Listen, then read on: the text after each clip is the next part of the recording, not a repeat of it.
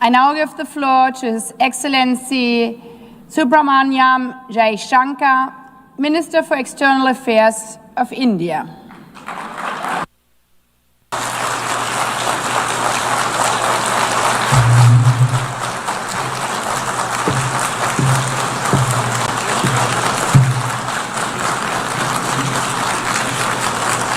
Madam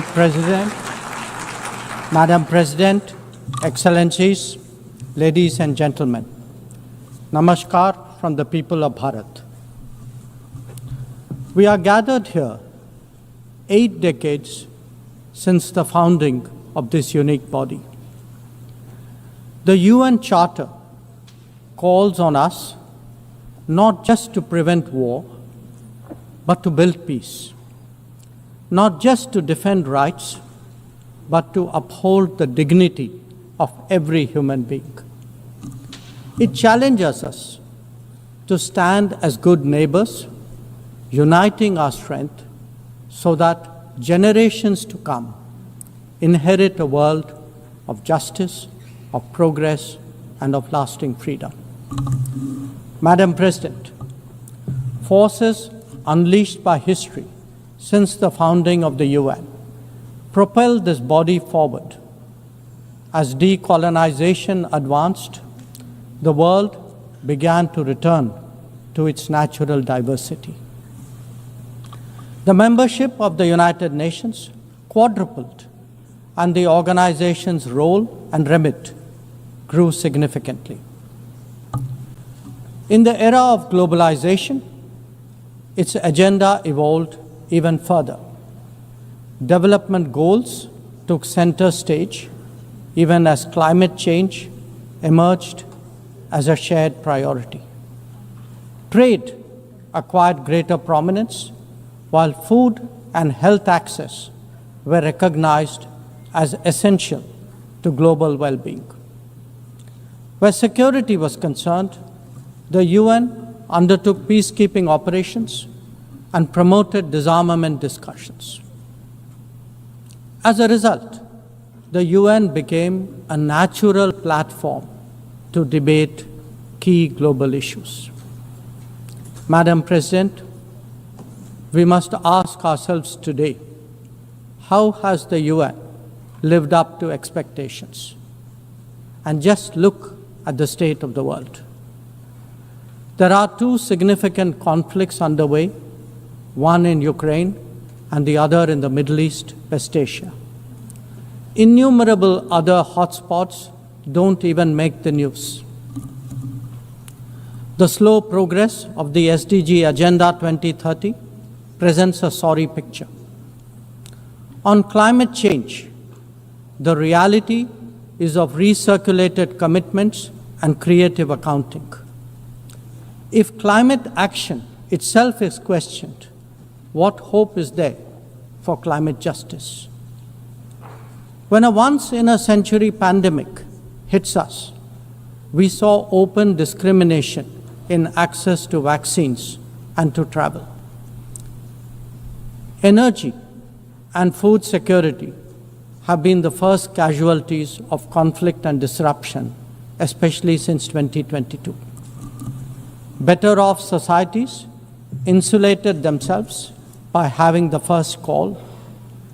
The resource-stressed ones scrambled to survive, only to hear sanctimonious lectures thereafter.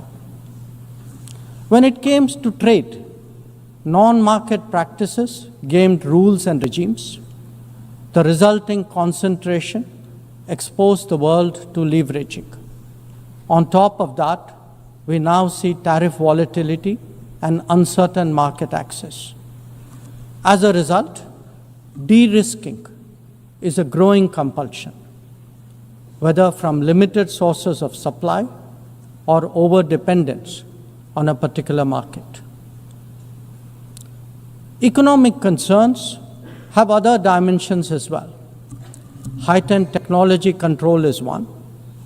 The grip on supply chains and critical minerals is another. The shaping of connectivity is no less sensitive. Protection of key sea lanes has become a challenge. restricting the evolution of a global workplace is an issue. Each makes a compelling case for more international cooperation, not less. But are we really headed in that direction? And where has the UN actually made a difference? Madam President, as members of the UN, we meet here as sovereign equals. That is not a formalism, but a recognition of the inherent diversity of our world.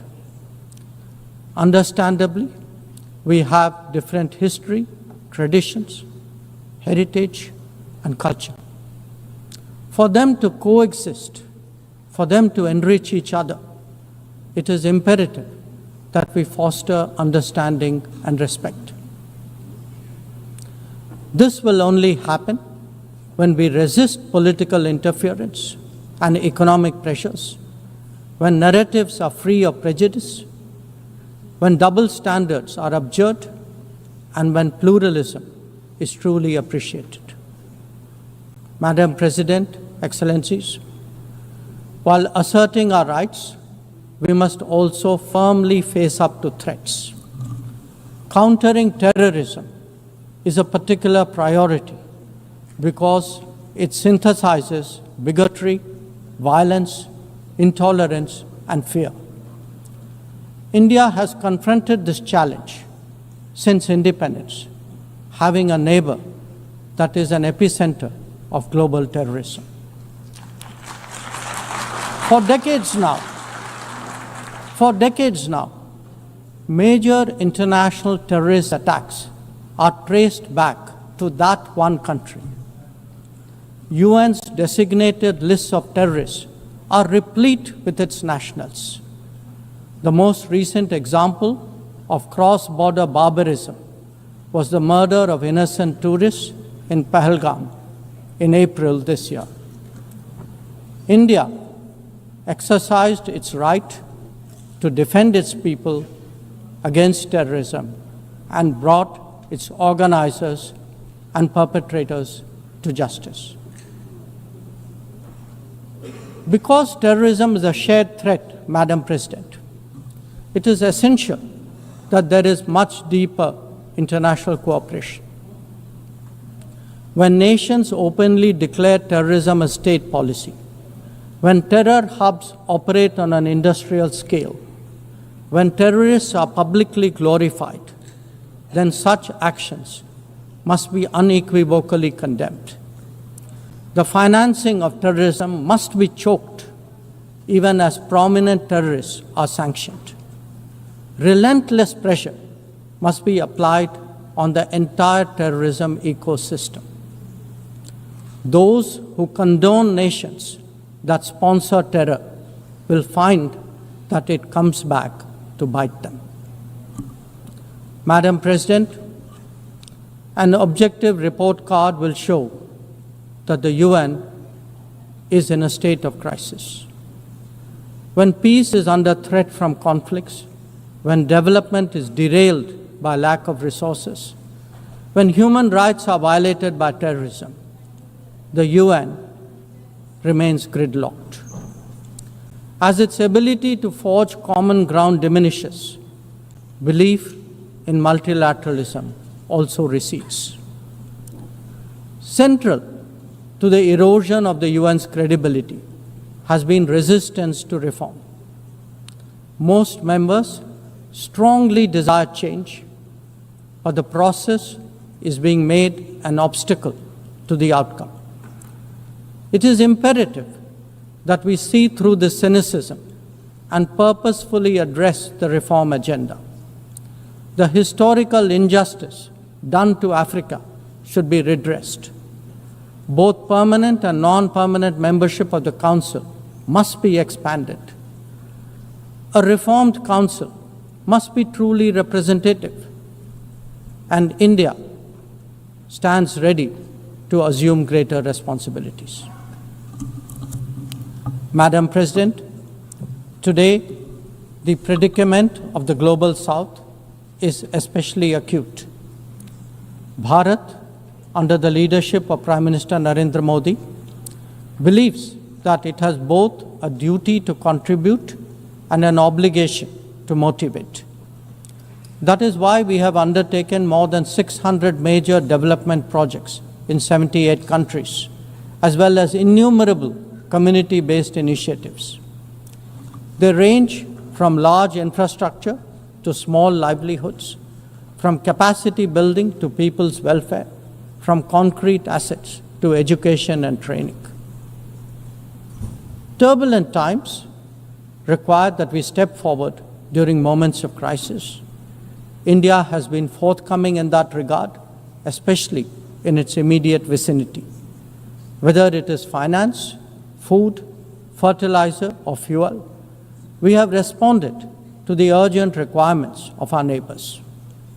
Madam President, climate events and conflicts have created a demand for HADR assistance. Reflecting our growing capabilities, Bharat has endeavored to be a first responder.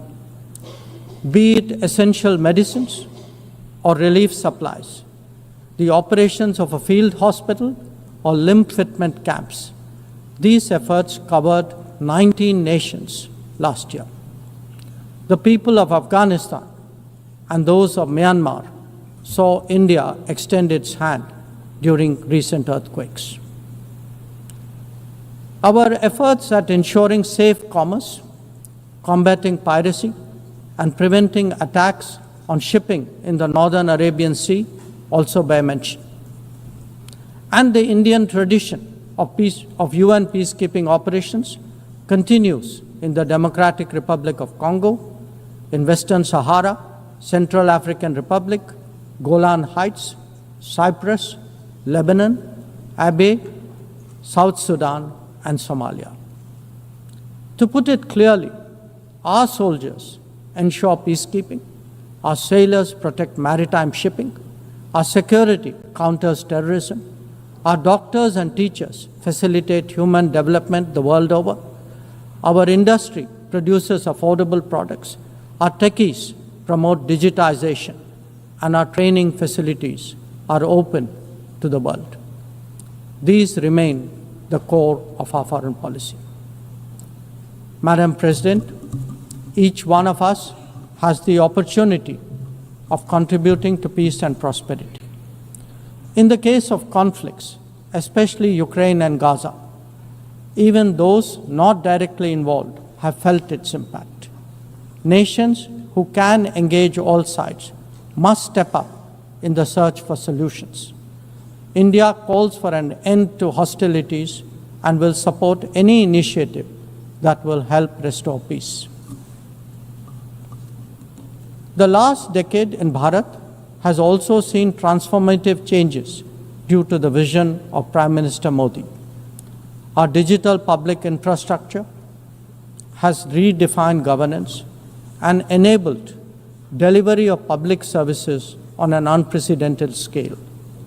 Our startup ecosystem, innovation culture, and microfinance are changing the face of society. Our rapidly growing infrastructure facilitates both ease of doing business and ease of living for citizens.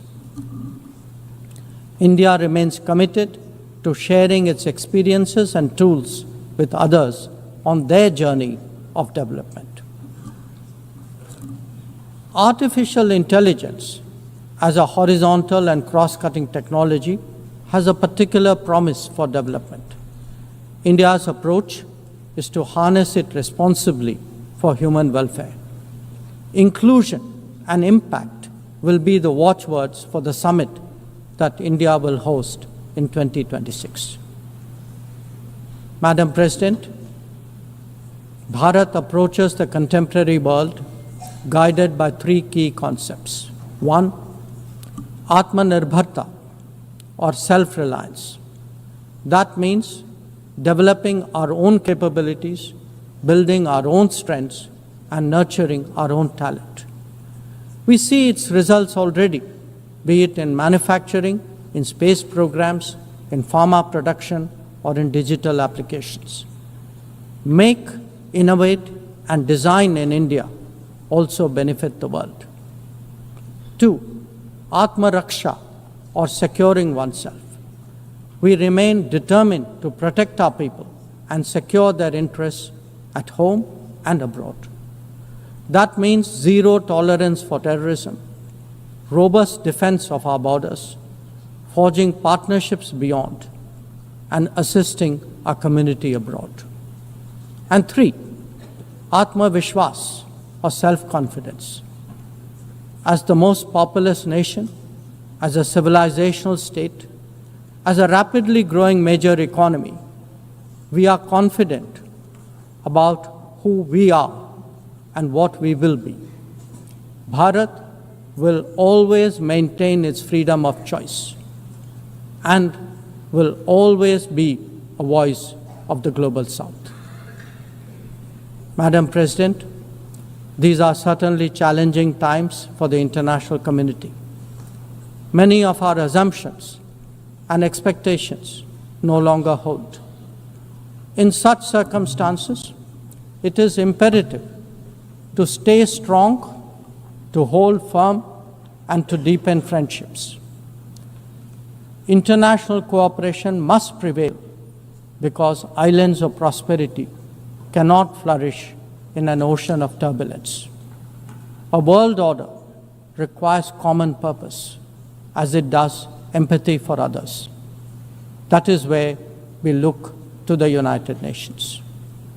Madam President, every member who can make this world a better place must have the opportunity to do their utmost. And for that to happen, reformed multilateralism is the obvious way. The 9th decade of the UN must be one of leadership and hope. Bharat will do its fair share and more. I thank you.